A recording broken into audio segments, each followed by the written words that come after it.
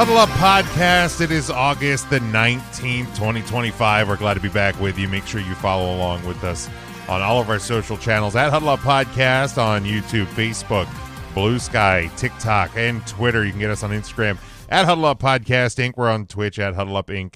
as well. You can get our merchandise over on our TeePublic store.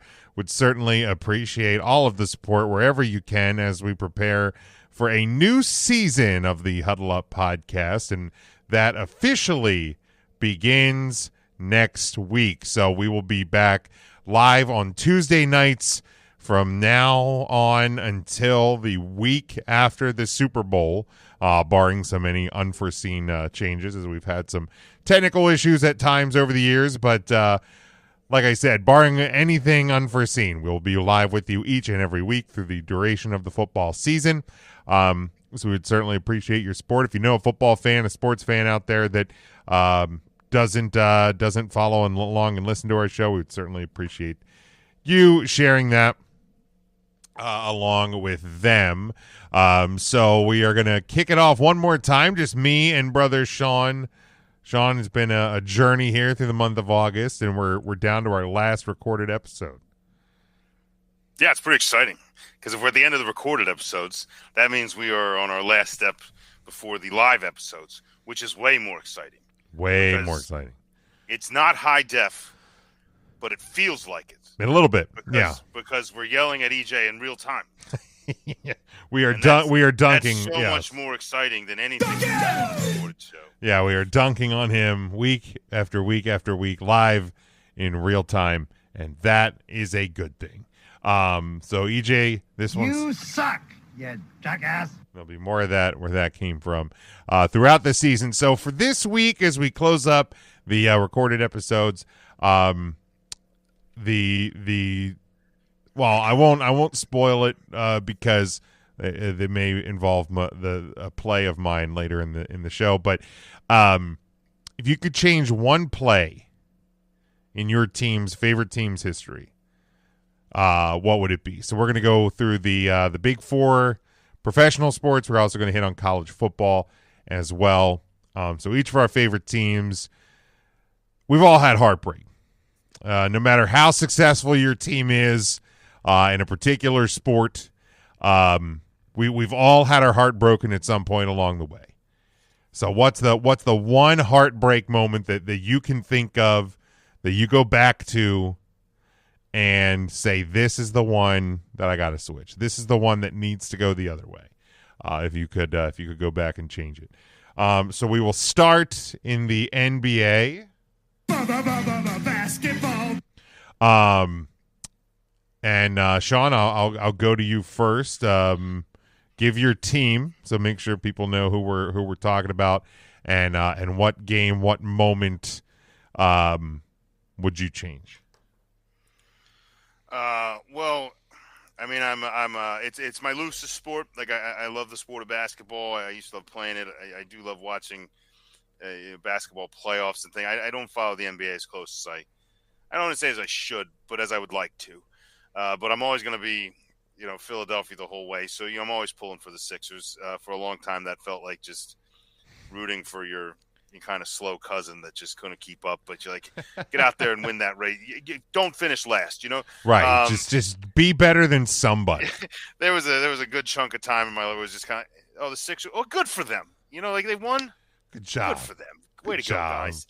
But man, they've had a couple real good runs, in my adult lifetime. And obviously you could go back to Allen Iverson and his one finals appearance, but I don't think there's one single moment that lost him that series to the Lakers. For me, it's got to be, at least in recent memory, the Kawhi Leonard 7,000 bounces off at least 3 different backboards. I'm pretty sure a fan touched it at one point. Probably. And blew real hard. They're waving it in. That was bone crushing. Yeah, that game 7, 2019 Eastern Conference Finals. Because similar to you, NBA, my loosest sport. We all know this. That's the one. If the team misses that shot, yeah, and the Sixers move forward, they punch their ticket. I'm not going to say they were going to go in and walk through. but I think the team was good enough to at least put up a fight. And if you get one, the whole trajectory of Joel Embiid's career and of a lot of those guys, and like the process has started a lot of. I just feel like everything changes and it becomes holding it instead of still chasing it. And I think that, if you even give yourself an opportunity to do that, that's got to be the one play for me that would stand out as God. I wish it didn't go in. Yeah. It just, man, it just is an absolute killer. Yeah, I don't know if you go on. And I'm sorry, I wasn't the conference finals. It was the second round, but yeah, like you go on. Maybe you win in the conference final. Maybe you move on, and get the win in the NBA finals. But yeah, just the heartbreak, just absolutely gutting, absolute heartbreak for the Sixers there.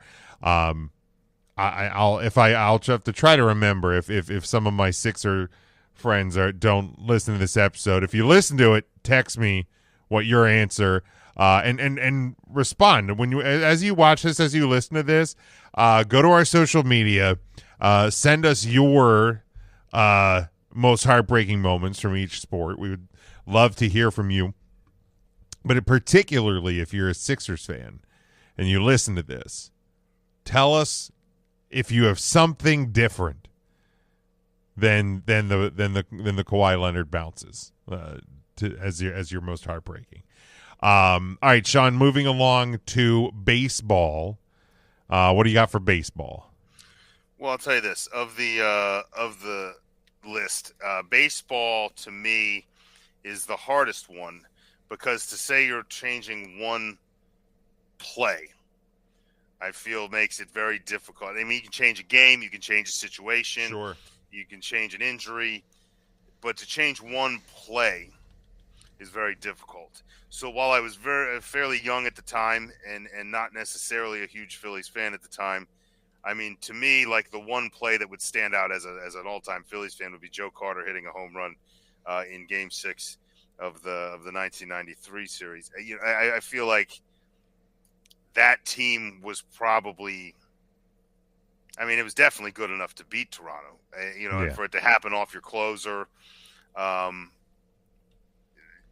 it was kind of between that. More currently would have been in 2009 when you're trying to repeat as World Series champions. But again, it's hard to pick one moment, except that it was a Game 4 and the Phillies were down 2-1, and they managed. They were going against Sabathia on short rest, and they threw Joe Blanton against him. And you think man, this is not a good recipe for anything. And Blanton pitched a pretty decent game, and you wound up tied going into the 9th inning, and you're giving it to your closer to try to get you out of the 9th. And then an at bat with Johnny Damon.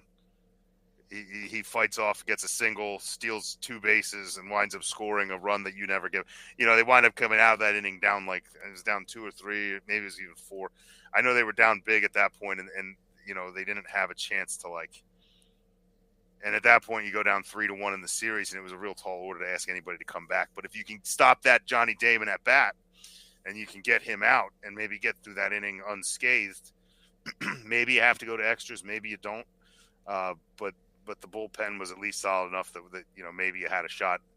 But that was an at bat that really killed our chance at winning a second World Series in 2009. So I'd say either of those two scenarios would be very good Phillies moments that we would love to have back.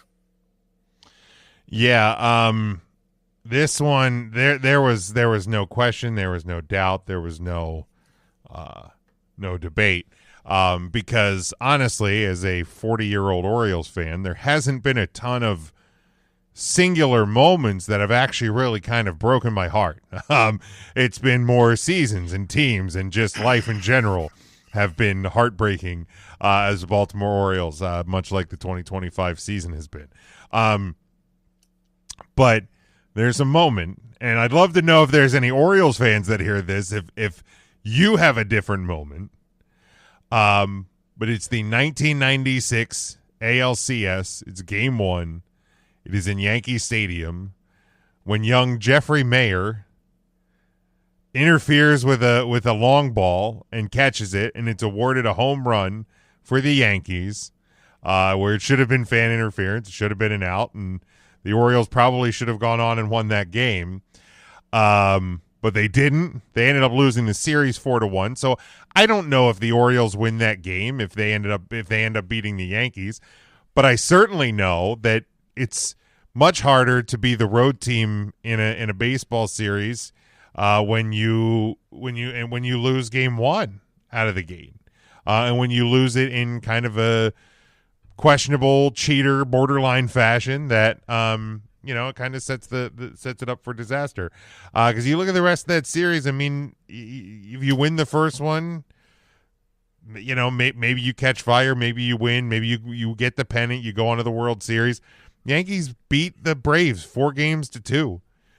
So maybe the Orioles actually would have won the World Series in 1996. But I don't know. But yeah, that's the one that really, really, really sticks out of my mind in Orioles history. That is the heartbreaker for sure. All right, let's go to hockey next, because obviously when we do these sort of things, we always finish with the two footballs. Correct. So let's go to hockey, Sean. Where are you going in hockey? Well, hockey's another one too. Much like baseball, where finding that one play is very difficult, but we can hone it into like a very specific part of a game. Obviously, when you talk about the Philadelphia Flyers, they've been since the Broad Street Bullies, there really haven't been a lot of even opportunities, minus a sweep very similar to the Sixers and the Lakers. The Flyers had a sweep from the Detroit Red Wings in a finals. That was pretty rough. But the Flyers have always been competitive, and they're a team that have always found a way, minus the recent years where we're trying to, rebuild a bit and get some young talent in there, have always had winning seasons and are always at least there. And whether you just belong there or not, like, you give yourself a chance. And for me, because like when we were kids, like there were some very good Flyers teams back when it was nothing but Islanders and Oilers. The Flyers had some very good teams in there. Right. In fact, they have a team that went to a Game 7 against Wayne Gretzky and the Oilers.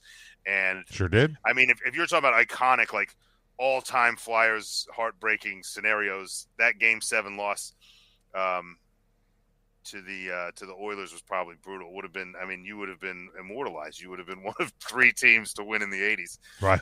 But in my lifetime, there's probably 2. And the one that's probably, it wasn't in a Stanley Cup final, but it's probably more heartbreaking, would have been, I'll go to a game, and it's in 2004. They played the Tampa Bay Lightning, ironically, living in Tampa Bay now, in the Eastern Conference Finals, and it went to 7 games in the Eastern Conference Finals, and the Flyers were all but dead to rights in the third period of Game 6, and came back to tie it in regulation, and then won it in overtime in Philadelphia in Game 6. Went to a Game 7 and lost a 2-1 game. So I don't know which point in that game would have been the thing, but it was a regulation loss, Game 7. Lightning go on, and pretty much the rest is history. But that Flyers team probably had a legitimate shot at least putting up a fight. But my personal one is because we actually got there in 2010 with my current GM, and if he turns this around, potentially my life partner, Danny Briere. Danny Briere and a squad that really, while there were a lot of guys on there that embodied Philadelphia, a lot of hard workers, a lot of blue collar linesmen, a lot of bruisers. It was not a team realistically that even getting into the playoffs anyone would have put into the finals, but you found yourself there, and you were playing a team that was probably better than you in a Chicago Blackhawks. And then you get the ridiculous late game, hard angle, ricochet shot that I'm not even sure the announcers knew how it went in. There was 2 people in Wells Fargo Center that knew it was in. Patrick Kane and was it Brizgalov was the goalie, right? Yeah, I don't even think Brizgalov. Or no, it was Leighton. It was Michael Leighton. Oh, Mike Leighton was playing that game. Yeah. Brizgalov wouldn't have been in the finals that year. Yeah. But yeah, Leighton, and I don't think he even knew it went past. Oh, he knew. You go back. Well, I know you won't, but if you ever, I'm not watching that if again. you ever feel bad about yourself, go back and watch When I always feel bad about myself. go back and watch. If you ever go back and watch that, Michael Layton knows that puck's in, man. and Patrick Kane knew that puck was in, and And nobody it's like- else. But if you can get to a game 7, Yeah, anything's possible. yeah, absolutely. And to this day, if I have to hear that da da da da da da da, I worked with a guy, and Makes me wanna punch we would always jab at each other. It was sports. because that would have been a miracle. Miracle Mets nothing. That would have been a way bigger miracle. Oh my gosh, yeah. For that team to win a Stanley Cup and bring it back for the first time in like 30, 40 And for Michael Layton to be, I mean, that guy was a glorified AHL goalie. I mean, there was no he spent business. most of his career in the AHL. There was no business. Michael Layton was got hot in a playoff run and just was the goalie in the Stanley Cup final. There's no reason for that. But I would take my phone and I would put on that Blackhawks song and I would like poke it just in to my friend's office just loud enough that he would hear it. Fuck you. You're lucky you didn't shatter that phone. He tried. Because you're not that fast. I'm not that fast, but I was much bigger than him, so I had that going for me. Maybe he was just crying. Maybe he was. Stop crying. So my NHL one, and I could have gone to like a laundry list of playoff heartbreaks against the most hated rival, that team from Western PA. But I went in a series against the team from Eastern PA. And if my friend Jason listens to this, he should have known where I was going with this when the topic presented itself. Because I go to the 2008 Stanley Cup playoffs. It is the first time in my real grown up life I've seen the Capitals performing well. They had fired their coach, Glenn Hanlon, the day Thanksgiving Day actually, and then Bruce Boudreau gets promoted from Hershey to Washington. His first game is in Philadelphia the day after Thanksgiving. They actually win in Philly. He goes on. They end up winning the Southeast Division. Nobody can see it, but I have it, the replica banner here to my right. Sponsored by Geico. The replica Southeast champion, division champion banner. And the Capitals were the 3 seed. They took on the number 6 seed Flyers. They went to their first of what seemed like a nonstop list of Game 7s. And the Capitals were winning. There was a point in the third period where a Flyers player interfered with the Capitals goalie, didn't get called for it. The Flyers tie the game. We go to overtime, and then and I hate even saying this motherfucker's name, but Joffrey Lupul buries a goal behind Cristobal Huet, and it was one of those ones where I think I don't exactly remember all the specifics how the play broke down, but Lupul's behind Cristobal Huet and just ends up with the puck on his stick, and Lupul's behind here by himself, and Huet's still looking the other direction, and it was like slow motion because I'm just like, I see it hit Lupul's stick, and I'm just like, God damn it! I'm like, and I knew it was over, and I was so pissed. And looking at the rest of that bracket that year, the Flyers went on to play Montreal. They beat them in the second round. The Caps would have ended up playing Pittsburgh in the second round, so it probably would have just been another year of heartbreak in that aspect. In some form. Yeah. So it would have happened that way anyway. But the Flyers end up going. They lose to Pittsburgh in the conference finals. So had the Capitals won, maybe they were just playing with fire. Maybe they could have gotten past Pittsburgh and done something special. But that one, because it was my first taste of Stanley Cup playoff hockey, man. And every day the Capitals played in that series, all 7 games of them, my entire day, I didn't think about anything else. It was just Right. Capitals. It's hockey games tonight, and I just remember just every day, just like waiting for 7:00, wait for 7:00, and then just Joffrey Lupul. I hope he's having a miserable life. No, I'm just kidding. But I got to tell you, being on the other end of that play, that was a very great feeling. Being able to be like, well, it's over before it's even in the net. There it is. It just, man, it would have killed been me. Very Philadelphia for him to miss that Just shot. absolutely fucking whip it. Just pull it wide right. Just wide right.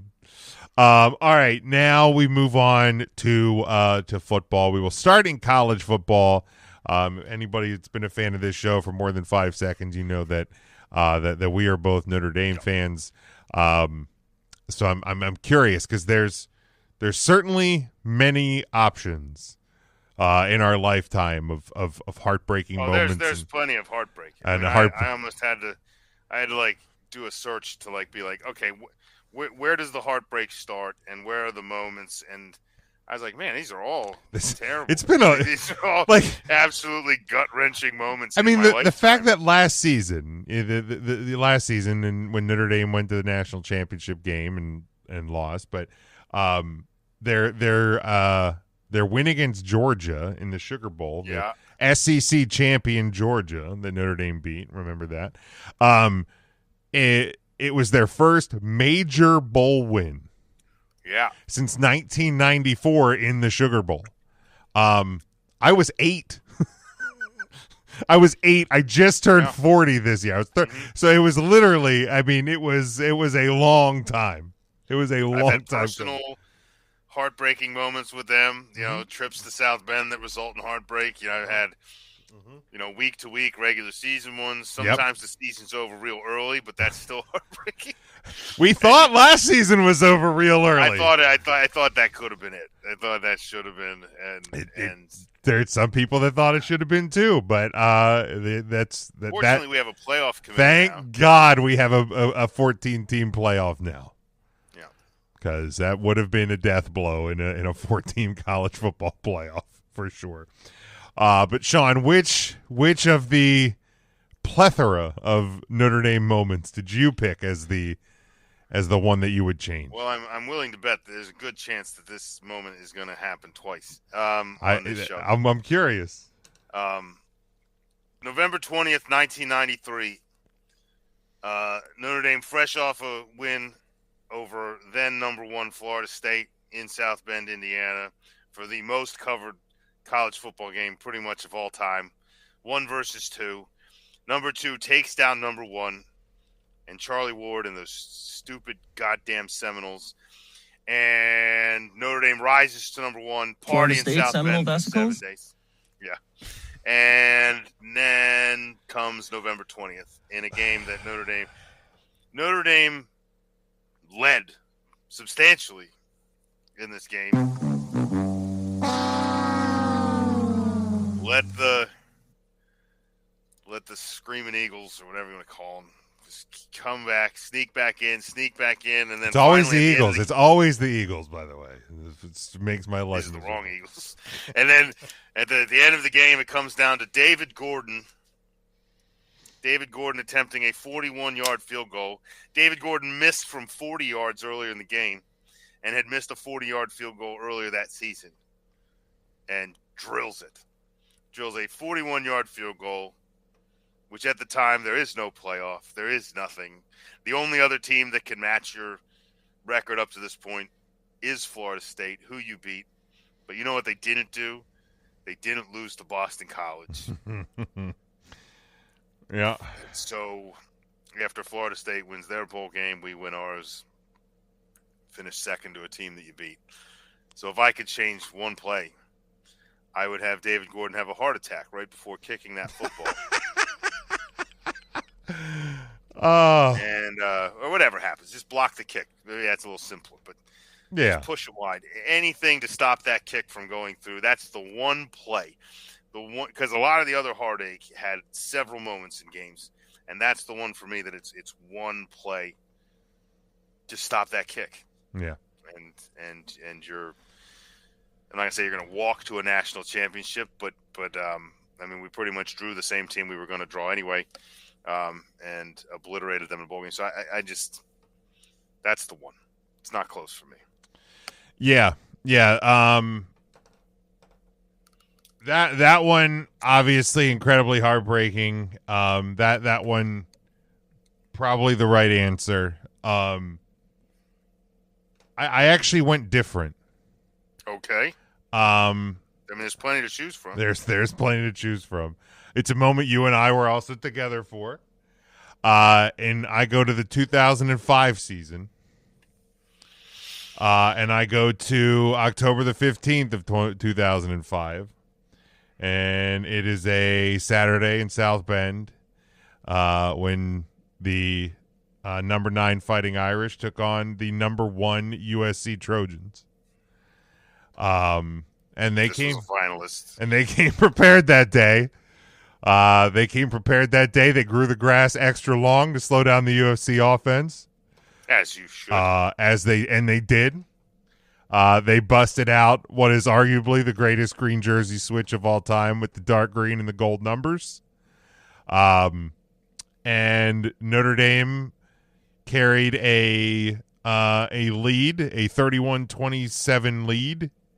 Or I guess 28, I guess it would be because they didn't need the extra point. Spoiler alert. Late into the fourth quarter, and their defense steps up 3 times. And then on a 4th and 9 with 1 minute and 26 seconds to go, that motherfucking left-handed Matt Leinart hits a 4th and 9 pass that goes all the way down to like the 5-yard line, which eventually then leads to the Bush push. Right. Which was illegal at the time, by the way. Illegal at the time. Now, totally legal. But illegal at the time. Not called. But I would go back and they would make the stop on that 4th and 9. Well, that's just it. Yeah, you would think that Bush push is what's going to – that'd be a very good moment to overturn. It would be. Very good moment to remember. But you stop at a 4th and 9, that doesn't even come into play. You stop it, you take the knee, you're gone, you're home. Because at that point, Notre Dame was ranked number 9 because they didn't even fall after the loss. They finished the year at number 9 after losing to Ohio State in the Fiesta Bowl. But their only other loss that year was a Week 3 loss, 44-41 to Michigan State on a play that was offensive interference by Michigan State on the fake field goal, but again, whatever. Another heartbreaker. But, and here's the thing. I'm not saying Notre Dame beats Texas in the Rose Bowl for the BCS National Championship, but what I do know is that if Notre Dame beats USC, they're probably in the national championship that year because they had the resume. Yeah. They would have all, they had also beaten a couple other top 10 teams at the time. The defense showed up that day too. Like I know USC put up a good bit of points, but that was a Tom Zibikowski had a punt return for a touchdown.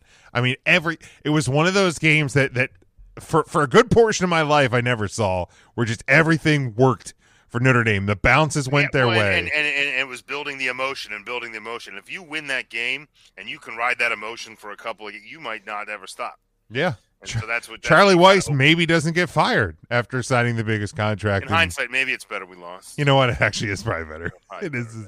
But, yeah, I would have changed the 4th and 9. Notre Dame makes the stop and goes on to beat USC. So, yeah, that's a good one. Plenty of other ones there for sure. But all right, which then of course, Sean, brings us to our last one, the National Football League. We've both had plenty of heartbreak in the National Football League. You've had more happy times in recent years. In recent years, yes. But what heartbreaking moment in Eagles history are you changing? Well, and obviously there's plenty. There's a lot in the Donovan McNabb era that could have easily gone another way. F you, Kurt Warner. There's a ton of situations when you come to a play. But if you're going to get it down to a play, we're going to keep it recent. Only because a lot of the Donovan McNabb era ones, I can't guarantee that we would have won a Super Bowl. And I can't guarantee it here either. But I can all but. pass interference at the end of a game on James Bradbury on a pass thrown by Patrick Mahomes that sure probably was catchable. By the book is probably pass interference. But it's ticky-tack and you haven't called it the whole game. And to just pull it out of your arsenal at the last minute because Patty Mahomes isn't going to get a shot at, like, taking the lead. And keep in mind, I mean, it was a tie game. It wasn't like the Eagles were going to, like if they get the ball back, they're not guaranteed anything. But the Eagles were outplaying the Chiefs, not quite as bad as they did this time. But I feel like we're outplaying the Chiefs. I feel like the field had slowed down a bit. Some of that slipperiness that was very apparent most of the game had worn down. And the Eagles were starting to move the ball better. And Jalen played probably just as good in the first Super Bowl against the Chiefs as he did in the second one. And I don't think the winner in Jalen Hurts, if he got that ball back in a tie game with a minute or two to play, I don't think the Chiefs see the ball again. I think they drive down, they wear down the clock, and whether it's a 1-yard touchdown with like 20 seconds to play or whether it's a field goal with no time left on the clock, I think the Eagles are Super Bowl champions. If that pass interference isn't called, and that's the frustrating thing. It's not even like the end result of the play. It's like a human interaction to the play. But that pass interference call to me is the closest thing to one play to win a Super Bowl that the Eagles have. So that's my play. Yeah, that one certainly could have changed a lot of things for you. Yeah, in terms of for me and the Cowboys, there's again plenty to choose from. But I go to January the 11th of 2015. It's 2014-2015 NFL playoffs, and it's a play that helped shape the conversation around what is a catch and what isn't a catch for the next decade. It's the Des Carter game. Not a catch. And it was absolutely a catch. Go fuck yourself. It was absolutely a catch. And then that's obviously what would change, that it would actually be ruled correctly and would be a catch. Because, obviously, yes, I've had heartbreaking seasons, heartbreaking plays, but if there's one in the post Troy Aikman, Emmitt Smith, Michael Irvin years that actually probably, if there's a season that they could have probably gone the whole way, that year was probably their best chance. That team was just clicking extremely well with one another. It wasn't the team that was the best out of all of them, but it's the one that was playing the best together. They had beaten Detroit the week before. You were going into Lambeau. You would with this probably would have sealed the game for them at that point. You move on the next week. Green Bay loses to Seattle by 6. They end up losing to the Patriots. I don't know if the Cowboys would have won this Super Bowl, but even getting to the NFC Championship for the first time since the 95 season and having an opportunity, I think you do beat Seattle at least. And yeah, it just that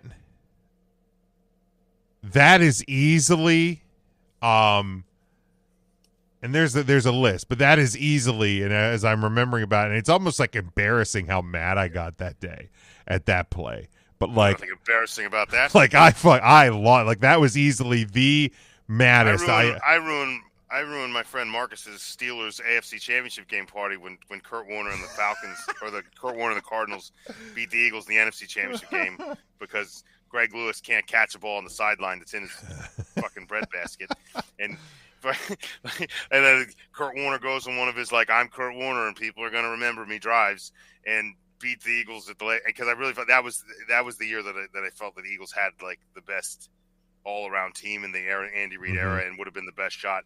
And we would have gotten to play eventually against the Steelers instead of having to watch.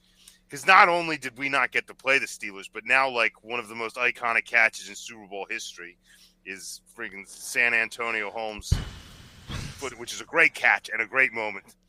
But like, we could have prevented all that from being locked into our memories, and the Eagles could have been there. I mean, I understand the Steelers won. Game party with my buddies, and I ruined it.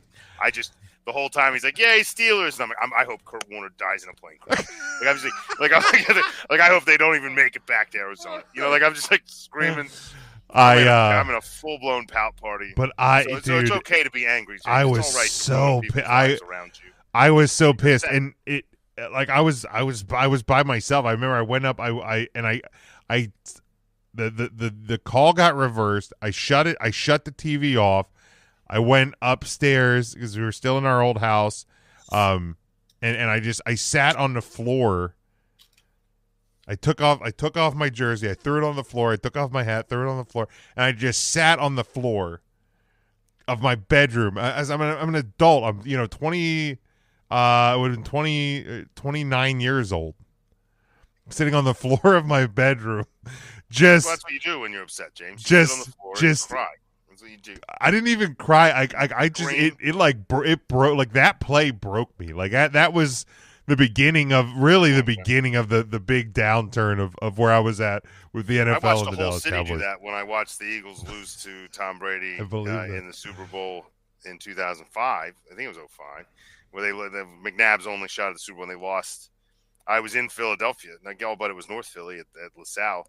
But when that game ended, because I don't know, I think most people in Philly were like, "Look, we're going to need our perfect game, and they're going to have to mess up." And the fact that we were still in it to the end without that happening was insane. But man, you went outside after that game, and there was no buses, there was no gunshots, there was no screaming. Everyone was sitting on the floor of their bedroom, James. That's what was happening. Everyone was just quiet. Yeah, and I just sat there for a long time. It's like a disbelief, anger, sadness. Yeah. I think that's the best way to put it, because I'm like, it's one thing. It's one thing if your team loses, if they go out and they shit the bed. And trust me, I'm a Cowboys fan. I've seen that. It's happened many times. Cowboys, Notre Dame, Capitals, all of them. They've done it. But like to have done the thing you needed to do, and somebody else says, don't think so, and they just rip the rug out from under your feet. Oh, it was just there's no city that knows that false hope more. Yeah, it broke. That's when it falls. Like something amazing is happening. You're just like, don't even talk about it. Don't think about it. Don't breathe. I think it was a year. Thinking about it. I'm already thinking about it, and then like, oh, there's Joe Carter. God damn it. And it's gone. There it goes. It was like a year or two after this play, because again, this is where my relationship with the Dallas Cowboys really started to change. Because like I'm like, even when good things are happening, I'm like, nope, no. So there was a point where the Cowboys they started off poorly. I forget who they were. I think they were playing the Cardinals. Cardinals got out to a big lead. Cowboys start coming back, and Miss Big Jim looks at me and she goes, "Why are you not excited?" The Cowboys are driving, right? It's like end of the game. The Cowboys are driving, and I go, I've seen this game before. She goes, "What do you mean?" I'm like, "They're not going to win." She's like, "Yeah, but they're trying." I go, "Look, they're going to find a creative way. Like they're going to get to like a 26-yard field goal straight ahead. No win because it's in Arizona. No win, and they're going to just find a way. He's going to miss it by like 2 yards left. He's just going to pull it just enough."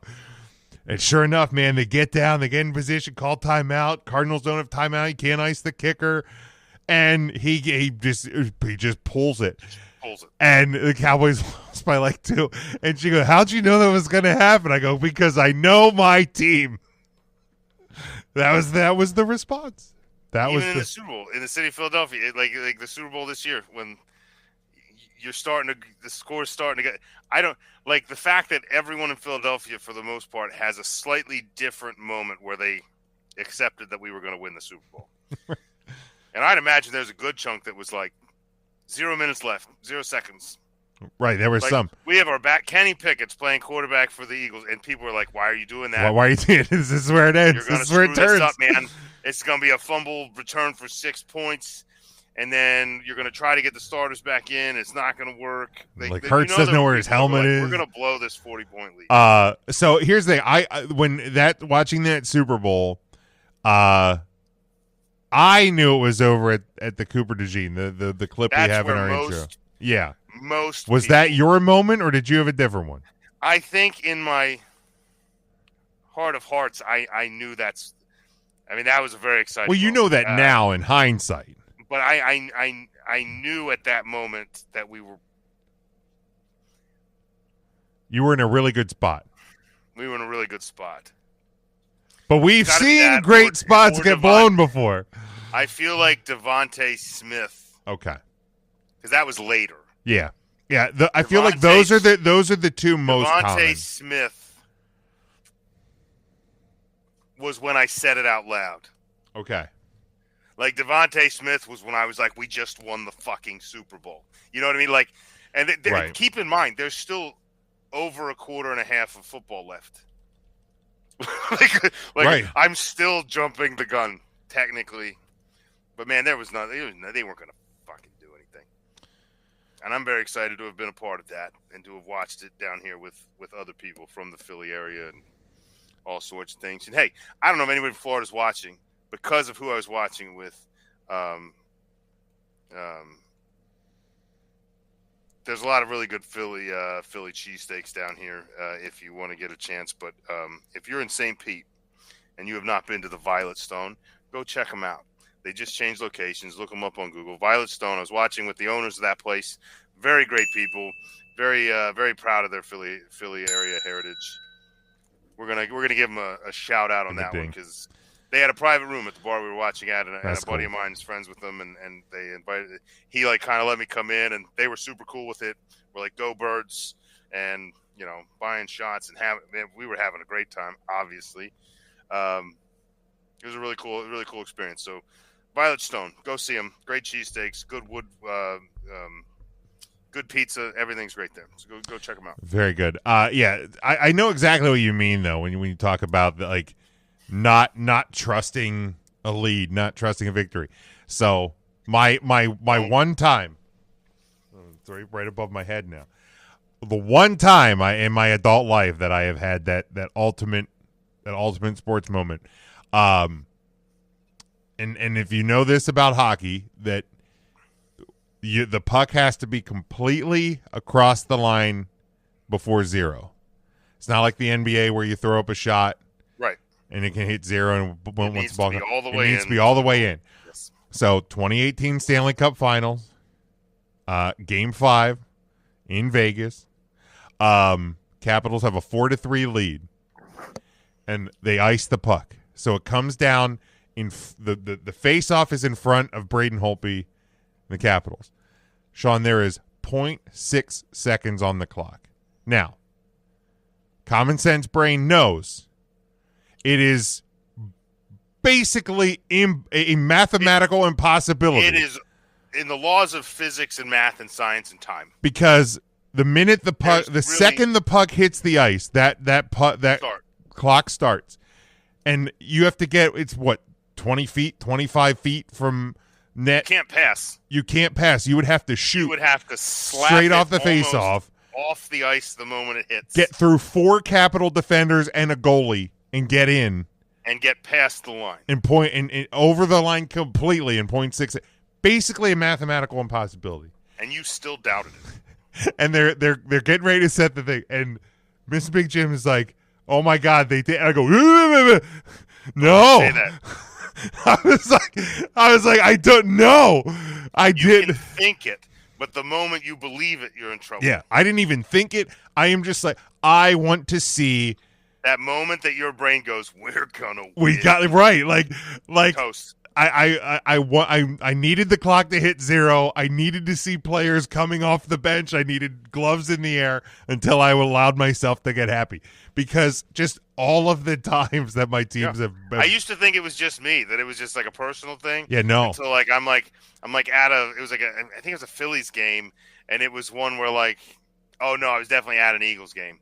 And there was like a score, and some guy behind us is like, I hear him talk to his dad or his friend. He's like, "We're gonna win!" And before I could even say it, like a whole row, would you shut the fuck up? Shut up. Yeah, it just the sports. And that guy then watched the rest of the game in fear, because he's like, "Oh Christ, if we lose this game, I'm dead."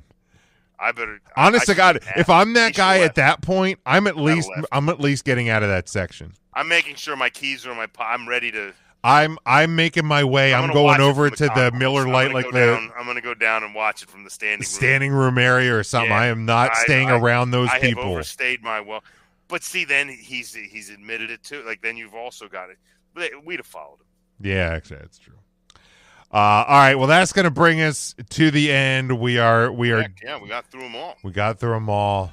We worked through some trauma today. It's almost like a therapy session, in a way. A little huddle up therapy session. There you go. So hit us up on our social media across the board. Let us know your heartbreaking moments, and see if you have the same ones. Maybe you have different ones. Follow us on all of our social media. We're at Huddle Up Podcast across the board: Facebook, Blue Sky, TikTok, and Twitter. We're at Instagram at Huddle Up Podcast Inc. You can get us on YouTube at Huddle Up Podcast. Give us a subscribe there. And you get our merchandise at TeePublic. We'll be back next week. We are live, and we will be live over the duration of the football season. But next week, it is our college football preview show. We break down the conference champions. We break down who we think is going to the college football playoff, who will win the college football playoff national championship. We're also going to have games to predict for the opening week of college football. So until next time, stay safe, stay smart, and as always, go for the pin.